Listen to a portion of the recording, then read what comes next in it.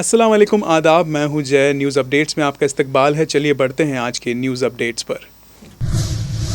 वज़ीर आज़म नरेंद्र मोदी ने यूक्रेन के सदर ज़ेलेंस्की से फ़ोन पर बात की, हिंदुस्तानियों को निकालने में मदद मांगी। रूस के सदर व्लादिमीर पुतिन से भी बात करेंगे।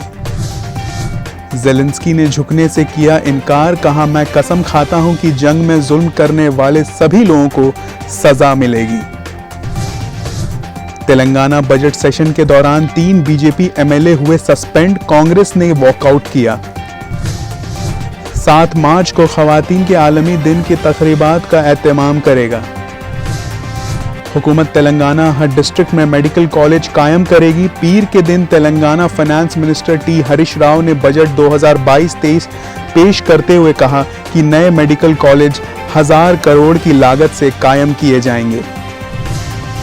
हैदराबाद के विलामरी कॉलेज के तलबा ने लाजमी सर्टिफिकेशन कोर्स पर इदारे पर शिकायत दर्ज कराई है। हैदराबाद मेट्रो को पुराने शहर और एयरपोर्ट के राबते के लिए बजट मख्तस किया गया है। सोना 53,500 और चांदी 70,000 के पार पहुंच गया। सोने की कीमत 56,000 तक पहुंच सकता है। शेयर बाजार का बुरा हाल, सेंसेक्स में 1900 पॉइंट्स ज्यादा की गिरावट, वहीं निफ्टी में भी 500 पॉइंट से ज्यादा की कमी। अक्षर पटेल को मिला दूसरे टेस्ट में मौका। 12 मार्च को बेंगलोर में खेला जाएगा day and night test. News update में आज के लिए बस इतना ही। मुझे दीजिए इजाज़त। अल्लाह हाफ़िज़।